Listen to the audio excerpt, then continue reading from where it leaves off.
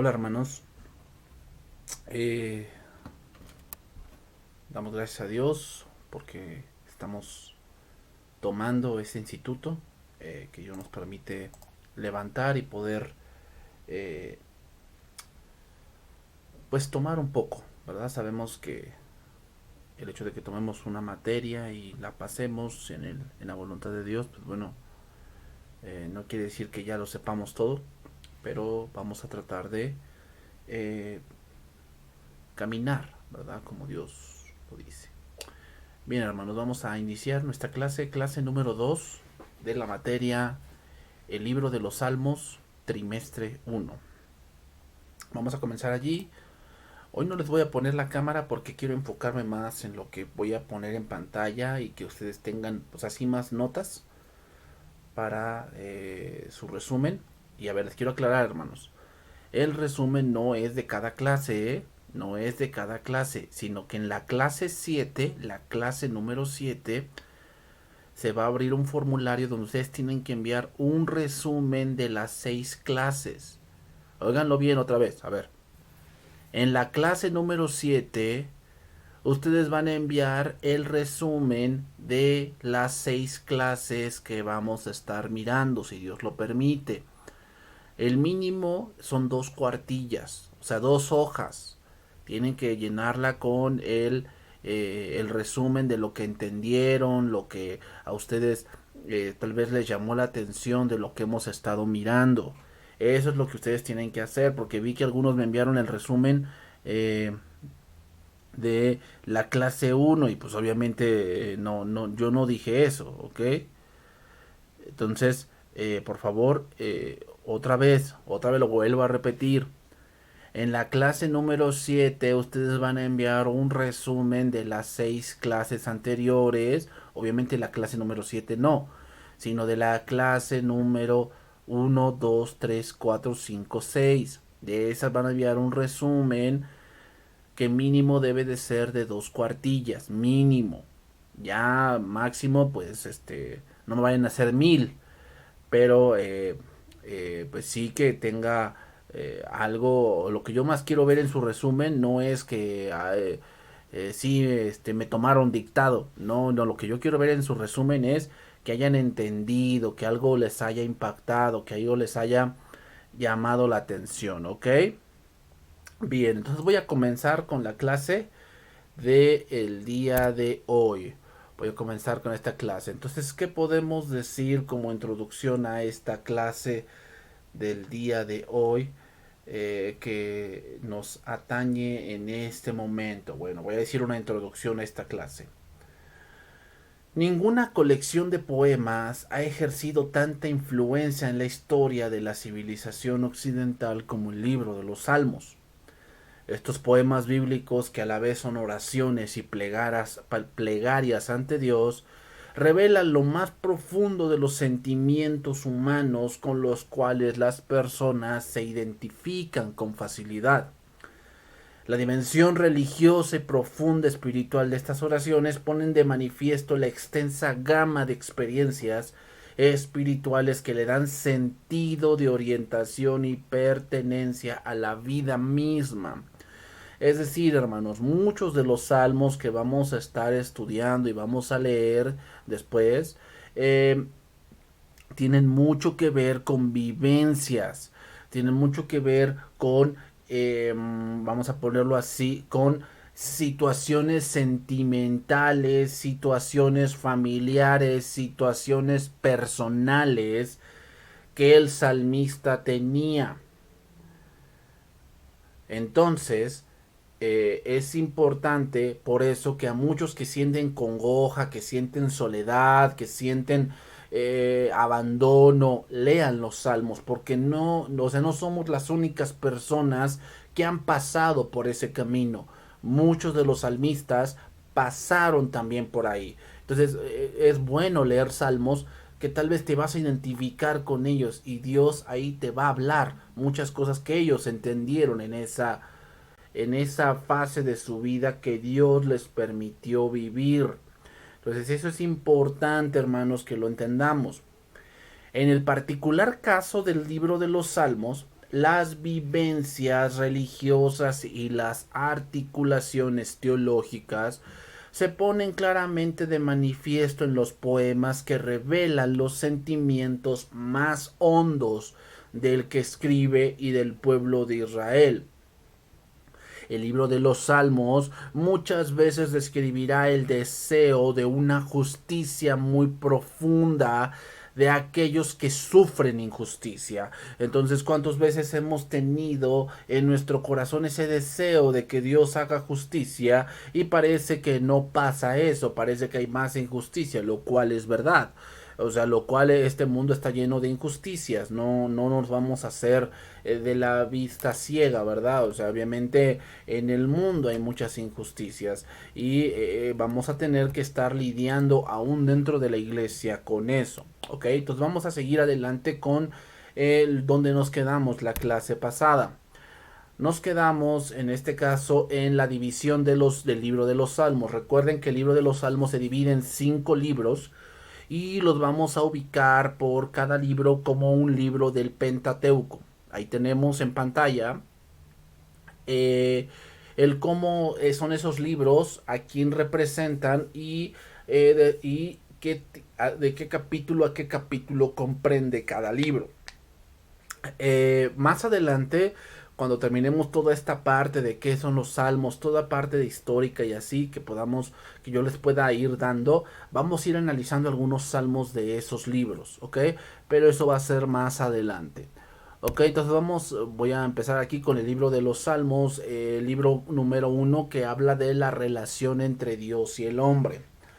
Y ahí tenemos algunos salmos que son doctrinales, oraciones, cánticos de alabanza, penitenciales, mesiánicos. Tenemos ahí algunas cosas que expliqué con anterioridad. También tenemos ahí el libro número 2 que es redención por sangre y por el poder de Dios. Y esto asemeja al libro del Éxodo. Ok, el libro del Éxodo, que en los primeros salmos de esta sección se escuchan los gemidos de un pueblo oprimido que llora buscando a Dios. Ok, entonces tal vez podríamos identificar salmos como estos a partir de este libro, el libro número 2 para gente que se siente atrapada, se siente esclavizada. Creo que no solamente debería leer el Éxodo, sino también debería leer los salmos contenidos en el libro número 2 del libro de los salmos. Es eh, algo que debemos tal vez tener en cuenta, ¿ok? Entonces el libro del Éxodo termina diciendo que la gloria de Jehová llenó el tabernáculo. Y esta parte de los salmos termina diciendo que la gloria de Dios debe llenar toda la tierra. ¿Okay? Aquí lo vemos en este pasaje. A ver, lo voy a remarcar aquí con este dibujo. Okay. A ver, déjeme ver. Un color azul.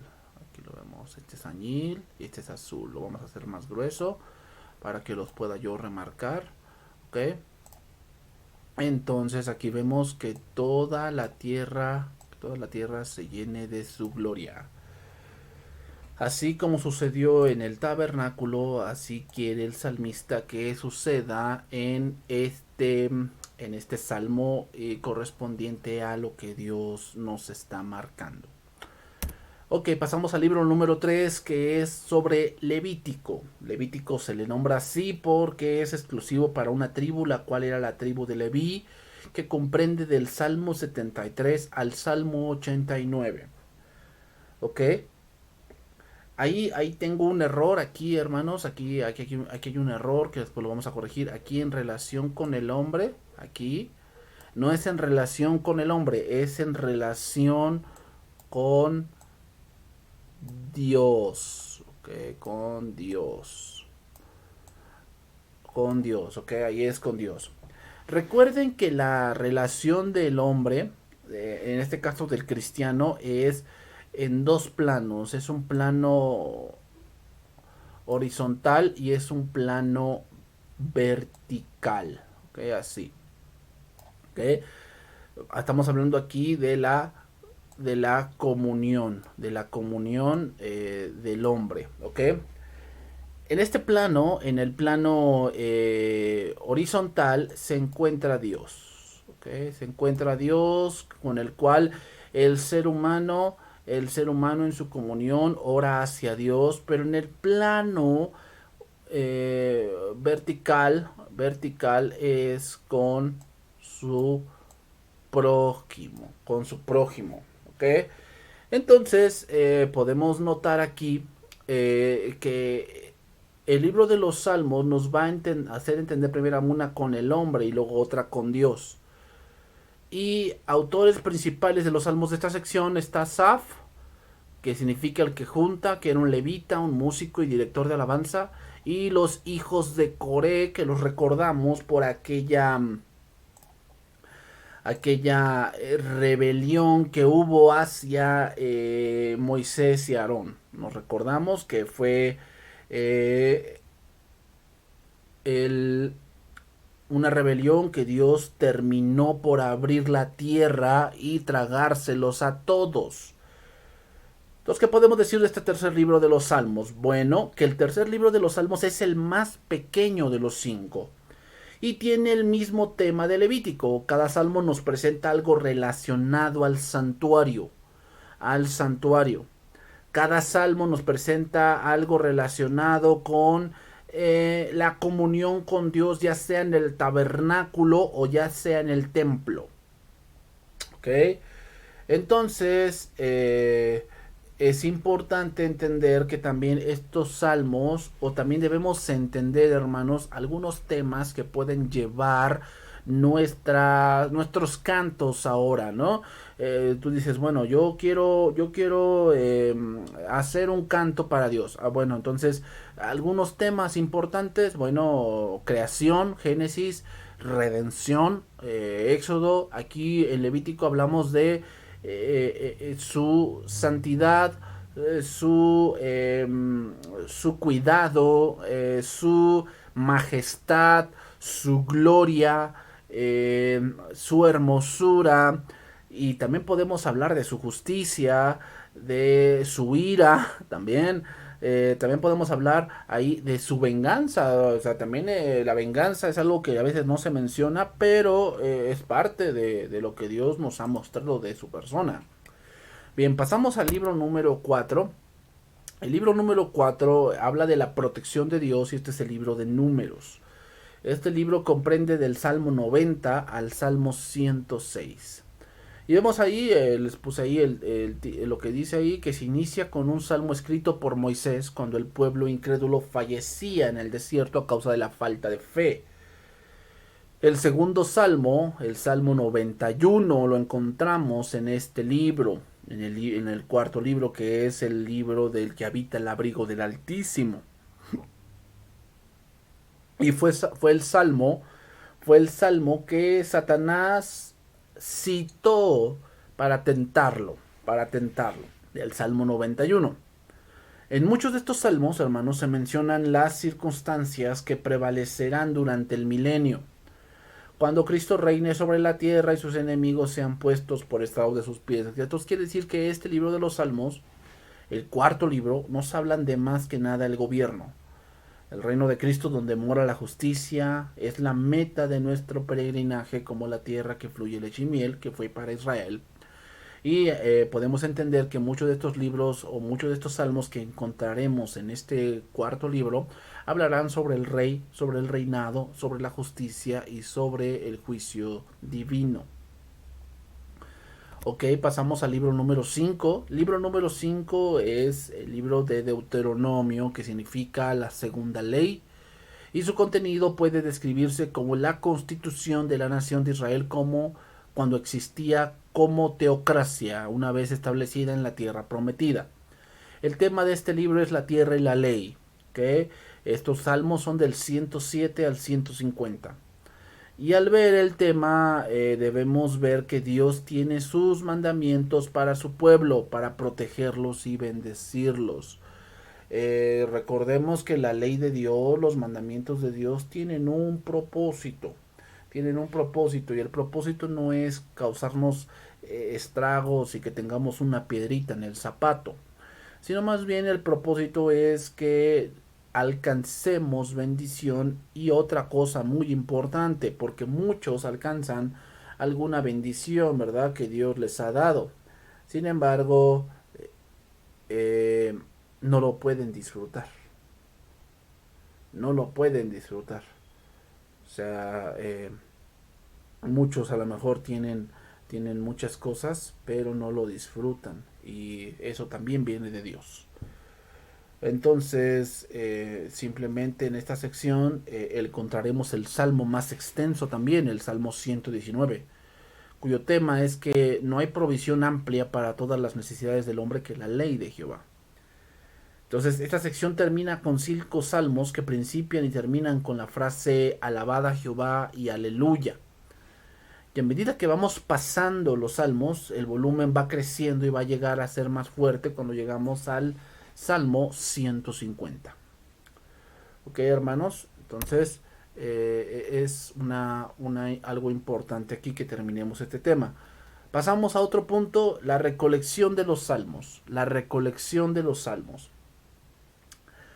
Aunque la mayoría de los salmos fueron escritos mientras David vivía, la recolección final y el orden en el que se dispusieron en el libro de los salmos se hizo tal vez más tarde o más después de la muerte de David.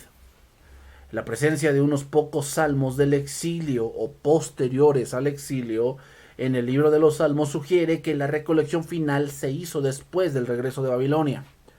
Es decir, no hay muchos salmos que nos hablen de cuando fueron exiliados a, en este caso, Babilonia. No hay muchos salmos que hablen de eso. Entonces, eso nos habla de que todos los salmos fueron escritos antes de que esto sucediera. Antes de que viniera Nabucodonosor y se llevara a la tribu de Judá. ¿Ok? Quizás fue Esdras hacia el año 440 a.C., que eso no nos debería sorprender porque se cree que Esdras fue quien reunió en una colección los libros del Antiguo Testamento. Se cree que fue él.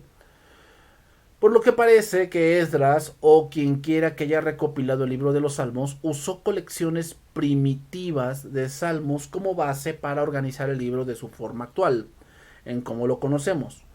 Nuestro libro de los Salmos parece ser una colección de colecciones, preparada o prepara la primera de ellas probablemente por David y sus músicos. El título al músico principal que encontraremos en varios salmos que vamos a ir estudiando, parece que se refiere a ciertos salmos que fueron designados para ser incluidos en esas colecciones. O sea, se ve que las colecciones fueron comenzadas en David, pero fueron finalizadas en un tiempo después. Ahí les pongo algunos versos. Por decir, el verso segunda de Crónicas, capítulo 29, versículo 30, dice ahí que entonces el rey Ezequías y los príncipes dijeron a los levitas que alabasen a Jehová con las palabras de David y de Asaf vidente. Y ellos alabaron con gran alegría y se inclinaron y adoraron. Entonces, aquí voy a remarcar algunas cosas. Dice aquí que dijeron a los levitas que alabasen a Jehová con las palabras de David y Asaf. Quiero remarcar bien esta parte, hermanos, esta parte. En este caso, cuando nos habla de estos dos, nos está diciendo entonces que había un libro que ellos dos ya habían recopilado. Eso es lo que nos está diciendo este pasaje, que ellos dos ya habían recopilado un coritario, un libro donde había salmos escogidos de David y Asaf. Por eso dice que se les dijo a los levitas que alabasen a Jehová con las palabras, o sea, que entonaran cantos que se encontraban en un libro ya hecho por David y Asaf. Eso es lo que nos está diciendo ese pasaje. Ok, y así lo hicieron. Aquí leemos entonces que los salmos de David y Asaf se usaban en la oración pública de la época de Ezequías. Estamos hablando del año 700 antes de Cristo. 700 antes de Cristo según este pasaje de Crónicas. Pero pasamos por ir a Proverbios capítulo 25 verso 1 y dice allí, también estos son proverbios de Salomón, los cuales copiaron los varones de Ezequías, rey de Judá. Veamos otra vez. Voy a remarcarlo nuevamente. Veamos otra vez. Aquí vemos varones de Ezequías. Varones de Ezequías. Entonces, los eruditos bíblicos de la época de Ezequías desempeñaron un papel en la recolección de los proverbios de Salomón y tal vez tuvieron algo que ver con la reunión de algunos salmos individuales en una colección, tal vez.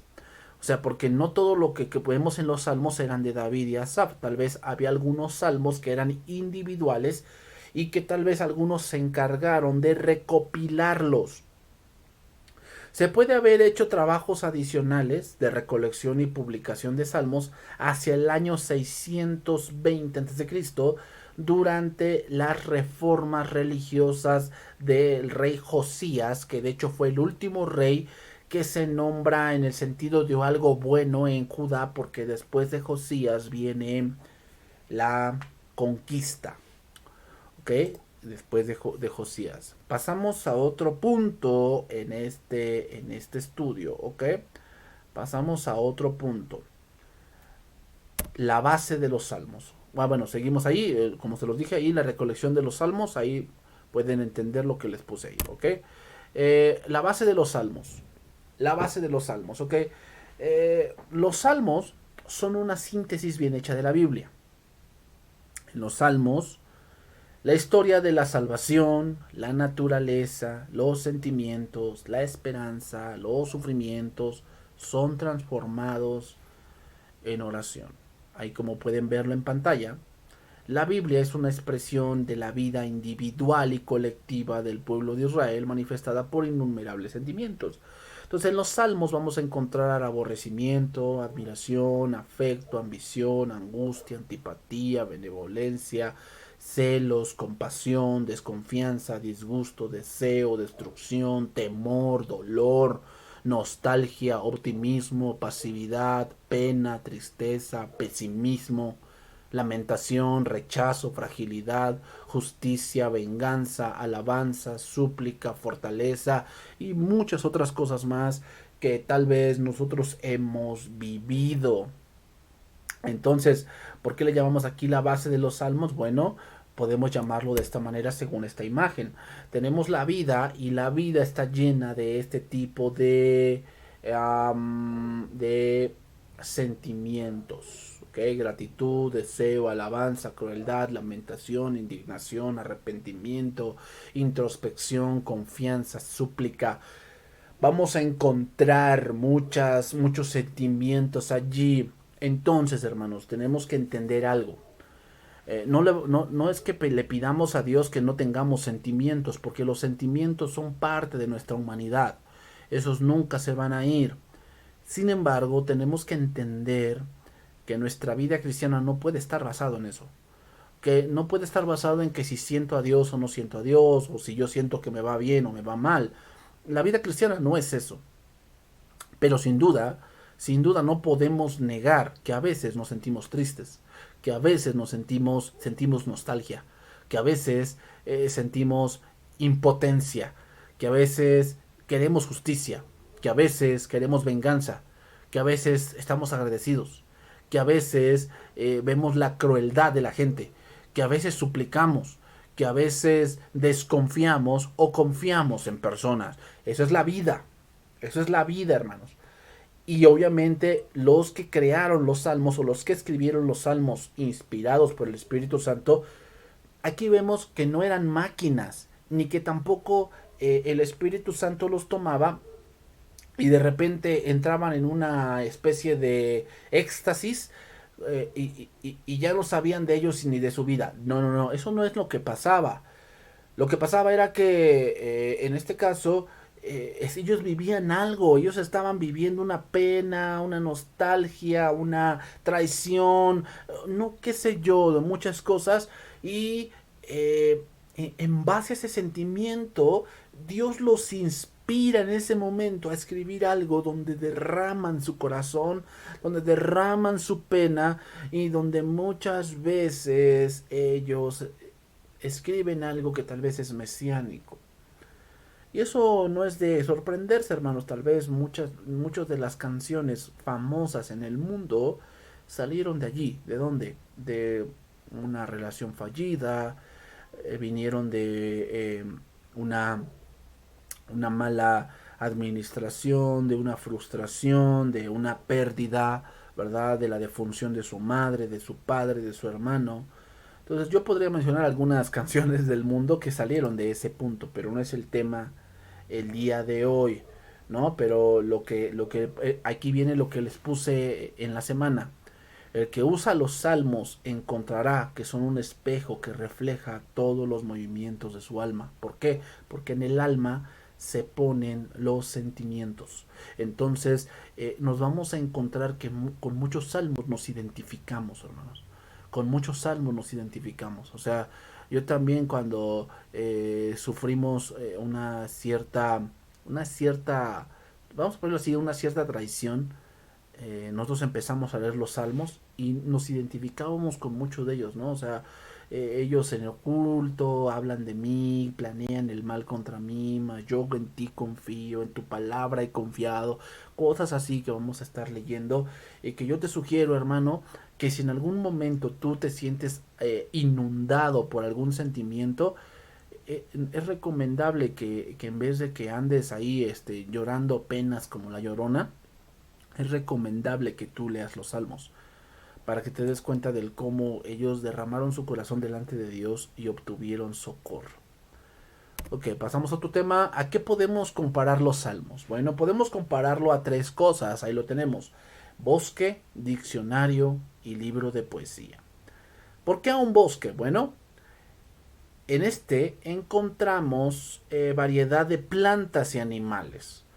Y si no prestamos la debida atención, no nos podemos perder en un bosque. Así también ocurre con el libro de los Salmos. Los salmos representan los diversos matices de la vida. Cada salmo tiene su particularidad.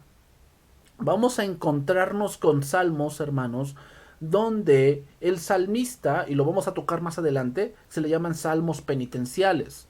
Vamos a encontrarnos con salmos que piden venganza, que piden que pues, dicen a Dios: Señor, que sus hijos sean huérfanos y que su casa sea hecha un muladar, y no los perdones y págales conforme a sus obras porque me han hecho mal. Y si no tenemos todo el contexto de eso que está diciendo, podemos perdernos, hermanos, podemos perdernos, porque yo he escuchado a gente que ora de esa manera. Y dicen: es que yo oro así porque así lo dice ese salmo. A ver, pues bueno, sí lo dice, pero vamos a adentrarnos en la época en que se escribió, la revelación que en ese momento los hombres que escribieron ese salmo tenían. Hay muchas cosas que debemos tomar en cuenta. No solamente, hermanos, es que yo lea y diga: ay, este salmo me gusta mucho porque pide venganza. Yo anhelo venganza desde hace 6 años. Contra una persona, yo voy a orar este salmo porque la verdad me compagino mucho con él pidiendo venganza. No, lo que tú necesitas es arrepentimiento, ¿no? Porque la venganza es de Dios. Entonces, ¿por qué pide de esa manera? Bueno, eso lo vamos a explicar más adelante. Diccionario. El punto número 2. ¿A qué podemos comparar los salmos? Bueno, con un diccionario. ¿Qué quiere decir esto? Un diccionario será siempre un libro de investigación para momentos específicos. Cuando alguien no sabe el significado de una palabra, va enseguida al diccionario. Lo mismo pasa con los salmos. Muchas veces los salmos nos van a ayudar en momentos específicos. Como te lo dije, muchas veces si te sientes triste, si te sientes acongojado, si te sientes traicionado, te sientes eh, pues muy tal vez acongojado, y muchas veces no entendemos el significado de eso. O sea, nos sentimos así, pero a veces tú vas analizando la situación que estás viviendo y muchas veces no estás llegando a una conclusión firme de qué está pasando. ¿Sabes qué? Es momento de ir al diccionario y es momento de eh, entender ciertas cosas. Y es el libro de los Salmos quien tal vez te va a hacer entender lo que estás sintiendo en ese momento. Y te va a hacer entender cuál es el camino a seguir en ese momento. Entonces, el libro de los Salmos puede ser un diccionario, puede ser un momento en el que Dios te enseña el significado de algo que estás viviendo y que en ese momento no entiendes. Número 3, libro de poesía.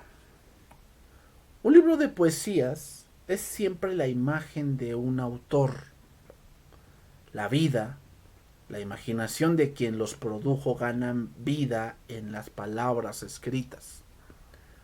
La poesía genera otra poesía. Alguien puede llegar al alma de quien escribió o simplemente crear otra poesía. Poesía se interpreta con poesía. Así también ocurre con los salmos.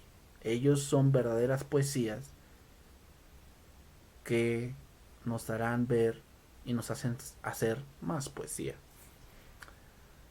Sin duda uno de los que más tal vez se recuerda mucho por la poesía es William Shakespeare.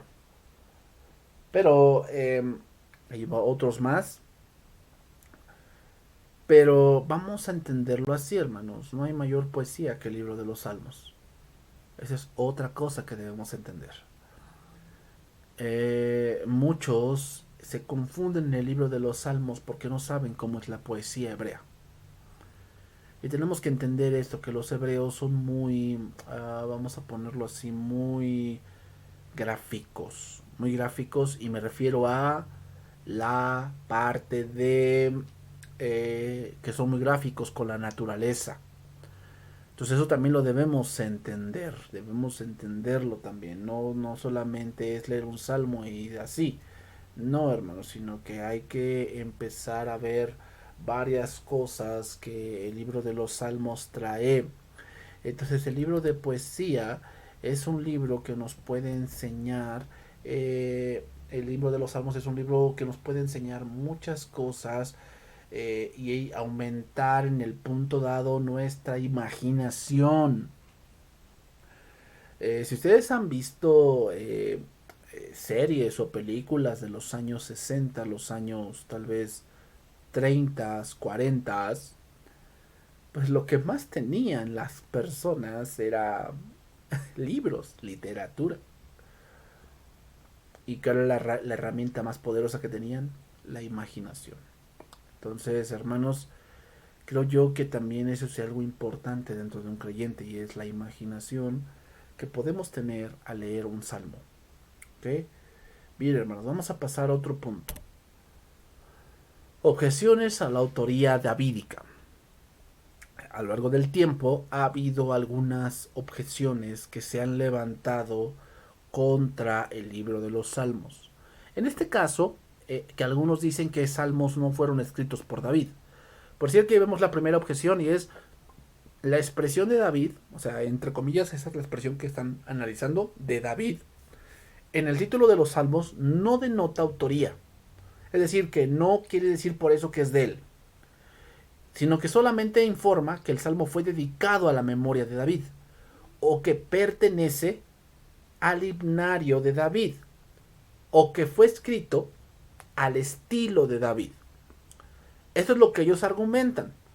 Lo que ellos están diciendo que no específicamente cuando veamos en un salmo que de David, quiere decir que lo escribió él, sino que puede ser que fue dedicado a su memoria o que pertenece al himnario de David, que ya lo mencionamos anteriormente. Bueno, vamos a dar respuesta a esta objeción. ¿Ok? Vamos a dar respuesta a esta objeción. Vamos a dar respuesta con algunos versos, pero voy a decir algo antes de analizar este verso. Gramaticalmente, es posible que la expresión de David, que es la que estamos analizando, signifique algo distinto de autoría, pero el contexto no permite aquí esa interpretación. Es decir, a lo mejor pueden decir eso que porque está en el título, tal vez ellos dicen, no, es que eso no pertenece a eso. Bueno, eso es lo que ellos dicen, pero hay que leer todo el pasaje, hay que leer todo el salmo. Frecuentemente, los títulos dan información sobre la situación que había en la vida de David y que lo movió a escribir cierto salmo. Por decir, esto lo vemos en segundo libro de Samuel, capítulo 22, versículos del 1 al 7. Dice allí, habló David a Jehová las palabras de este cántico. El día que Jehová le había librado de las manos de todos sus enemigos y de la mano de Saúl, y dijo, Jehová es mi roca y mi fortaleza y mi libertador. Dios mío, fortaleza mía, en él confiaré, mi escudo y el fuerte de mi salvación, mi alto refugio, Salvador mío, de violencia me libraste. Invocaré a Jehová, quien es digno de ser alabado, y me salvó de mis enemigos, y seré salvo de mis enemigos. Me rodearon ondas de muerte, y torrentes de perversidad me atemorizaron. Voy a seguir leyendo. Licaduras del Seol me rodearon, tendieron sobre mí lazos de muerte. En mi angustia invoqué a Jehová, y clamé a mi Dios. Él oyó mi voz desde su templo, y mi clamor llegó a sus oídos. Ok, este no está en el libro de los Salmos, ok. Este no está en el libro de los Salmos, está en el libro del segundo de Samuel, capítulo 22. Pero ¿qué creen? Eso que acabamos de leer está en los Salmos. ¿Dónde? En el Salmo 18. En el Salmo 18, ahí tenemos lo que dice, Salmo Acción de Gracias por la victoria, y nos narra la referencia, que es el segundo libro de Samuel, capítulo 22, verso del 1 al 51. Y luego dice al músico principal, Salmo de David, siervo de Jehová, el cual dirigió a Jehová las palabras de este cántico el día que le libró Jehová de mano de todos sus enemigos y de mano de Saúl. Y entonces dijo, ya vemos otra vez lo que se escribió, ¿ok? Lo que se escribió. Obviamente, ¿a quién libró de la mano de Saúl? Pues no creo que haya sido a Josías o a Ezequiel o a Daniel o a Ezequías, ¿no? O a, no sé, a Malaquías, ¿no? El que vivió eso fue David.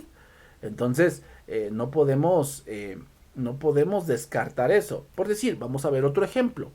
El Salmo 110, ahí lo tenemos en pantalla, el Salmo 110, versículo 1 dice, Jehová dijo a mi Señor, siéntate a mi diestra hasta que ponga a tus enemigos por estrado de tus pies. Jehová enviará desde Sión la vara de tu poder, domina en medio de tus enemigos, tu pueblo se te ofrecerá voluntariamente en el día de tu poder, en la hermosura de la santidad desde el seno de la aurora. Tienes tú el rocío de tu juventud. Juró Jehová y no se arrepentirá, tú eres sacerdote para siempre según el orden de Melquisedec. Sigo leyendo. El Señor está a tu diestra. Quebrantará a los reyes en el día de su ira. Juzgará entre las naciones, las llenará de cadáveres. Quebrantará las cabezas en muchas tierras. Del arroyo beberá en el camino por lo cual levantará la cabeza. Y esta interpretación la encontramos más adelante en el Evangelio de Mateo, y donde el Señor mismo, Jesucristo, afirma que este salmo es de David. Ya dice, y estando junto a los fariseos, Mateo capítulo 22, verso 41, dice, junto a los fariseos, y Jesús les preguntó, diciendo, ¿qué pensáis del Cristo? ¿De quién es hijo? Le dijeron, de David. Y les dijo, pues como David en el Espíritu le llama Señor. El encabezado del salmo anterior, el Salmo 110, no dice que es de David. No dice. No lo dice. Nada más dice Jehová da dominio al rey, pero no dice que es de David. Pero el contexto, o sea, como lo que se lee en ese pasaje da un apunte de que es de David. Es de David. Entonces, Jesucristo mismo lo dice, les dijo, pues, como David en el Espíritu le llama Señor, diciendo, dijo el Señor a mi Señor, siéntate a mi diestra hasta que ponga a tus enemigos por el estrado de tus pies. ¿Dónde lo dice eso? El Salmo 110. Pues si David le llama Señor, ¿cómo es su hijo? ¿no? Como es su hijo, y ya eso sería tema para otro lado. Pero se deja en claro que la expresión de David en el título del Salmo 110, que es este, se debe interpretar como una referencia a su autoría. Todas las evidencias indican que la frase de David tiene el propósito de afirmar la autoría. O sea, cuando se dice de David, es claramente que lo escribió él.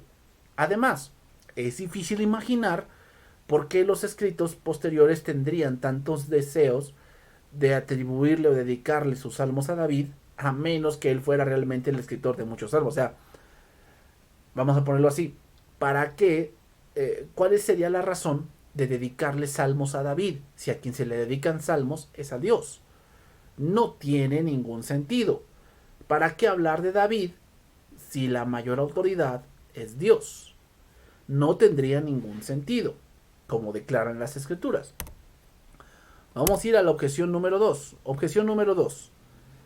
Otra cosa que estos hombres, algunos argumentan, otra objeción es que David no puede ser el autor porque algunos de los salmos que se le atribuyen se refieren a él en tercera persona como David, en vez de en primera persona como yo o mí. O sea, que en muchos salmos se escribe a David como que es alguien que está escribiendo y yo escribo de esa persona.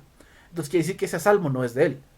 Entonces, pero son muy contados los casos en los que la tercera persona hace referencia a David. Son muy contados. No hay muchos salmos que hablen de esto. David se refiere a él mismo en primera persona en la gran mayoría de los salmos que se le atribuyen. O sea, muchos de los salmos él habla de mí, yo estaré, o sea, habla como de su persona, como que él está advirtiendo lo que él siente. Y entonces él puede estar hablando de su vida o de algo que él está viviendo.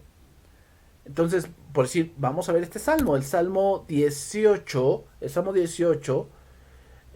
50, ahí vemos, dice, grandes triunfos da a su rey y hace misericordia a su ungido, a David y a su descendencia para siempre. Pero parece que en este escrito, parece que David es una tercera persona.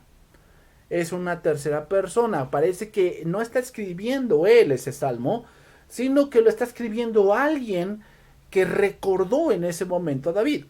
Y esto nos hace recordar la promesa que Dios le hizo a David en segundo libro de Samuel, capítulo 7, donde Dios le dice que siempre habría alguien que se sentase en su trono por siempre. Y eso implicaría que la casa de David vendría el Mesías.